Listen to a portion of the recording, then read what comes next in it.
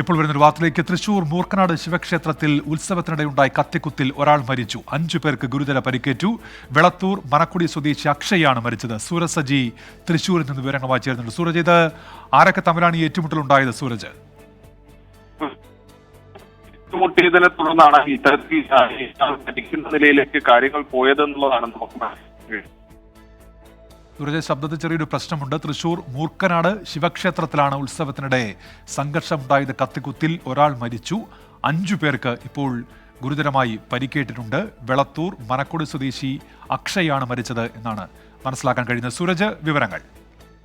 ഉന്മേഷ്, 2 ഗുണ്ടാ സംഘങ്ങൾ ഏറ്റുമുട്ടിയതിനെ തുടർന്നാണ് ഇത് ഒരാൾ മരിക്കുന്ന നിലയിലേക്ക് കാര്യങ്ങൾ പോയത്. 5 പേർക്ക് കഴിയുന്നത്. ഇതിൽ 4 പേരുടെ നില ഗുരുതരമായതിനെ തുടർന്ന് ഇവരെ തൃശൂർ എലൈറ്റ് ആശുപത്രിയിലേക്ക് മാറ്റിയിട്ടുണ്ട്.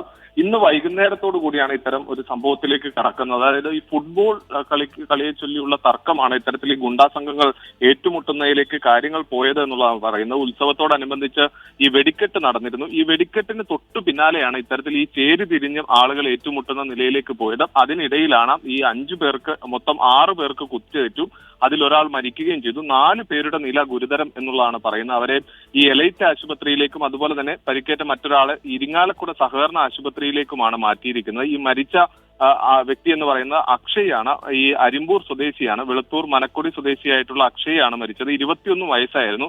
ഈ അക്ഷയുടെ നെഞ്ചിനാണ് കുത്തേറ്റത്.